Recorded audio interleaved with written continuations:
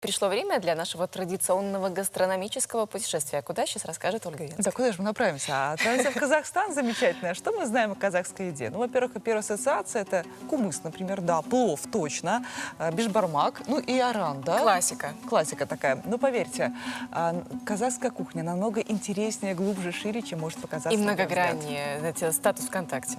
Сегодня на нашей карте и меню завтраков народов мира мы отправимся, как вы уже поняли, в замечательную страну, где к женщинам обращаются на «вы», поют все, что видят, а лошадь – верный друг. Слушайте, как это поэтично, Нина, вы развернули. Казахстан – это государство центральной части Евразии. Но на всякий случай напомним, на западе и севере граничит с Россией, на востоке – с Китаем. Эта страна удачно разместилась в самом центре материка, объединила в себе скромную часть европейских территорий и более чем приличный кусок Азии. Казахстан может по праву считаться самобытной, но при этом шагающей в ногу со временем страной. Кроме того, в историческом отношении это уникальный, богатейший на культурные традиции древние артефакты регион. Да, и к тому же, в качестве примера, вот, невзирая на ударные темпы развития самого государства, главной достопримечательностью Казахстана была и остается Великая степь, так называемая визитная карточка республики и безмолвная свидетельница эпохальных событий тысячелетней истории. Кстати, казахская кухня в 20 веке пережила трансформацию. Этому способствовали урбанизация и переход казахов к оседлости. Пищевые привычки и рацион питания изменились глобально. Да, но мы сегодня попробуем копнуть в прошлое. И вот основой такого традиционного питания казахов были мясо и молочные продукты.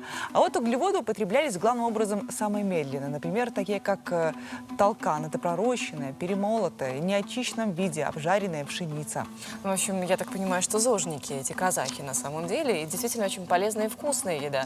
Конечно, сейчас казахская кухня весьма сбалансированная и полезная, как я уже сказала. И казахский завтрак – это экологически чистые продукты прежде всего. В списке такие блюда, как тары и майсок, обработанные вручную проса, и пшено, творог, кефир, кумыс, кобылье молоко, курт – это твердый сыр из спрессованного и высушенного молока с добавлением соли, жент – десерт, готовящийся из перемолотых зерен проса и сухофруктов. Да, ну и, кстати, традиционный рацион казаха – это когда соблюдается строгая последовательность. Она следующая. После мяса обязательно употребляются кисломолочные продукты. Ну, вот это важно, видимо, да? Ну, хотя на любителя. Мясо с кефиром или с Они поддерживают айраном бактериальный фон, я так понимаю. помогает перевариванию мяса, возможно. Это точно. А еще казахи не знакомы с супами. Исключение составляет лишь позаимствованная у узбеков шурпа. Да, характерной чертой гастрономии в Казахстане является блюдо, консистенция которых выглядит как нечто среднее между первым и вторым блюдом. Кроме молочных напитков, особой популярностью в Казахстане пользуется и черный чай. Его подают с молоком, сливками и даже сметаной, а пьют из глубоких пиал. Целый ритуал получается. Да, и пиалки такие красиво разрисованные. В этой стране есть немало любителей китайского зеленого чая, который употребляют без добавок. Ну и, конечно же, казахи, как и все люди в мире, обожают кофе.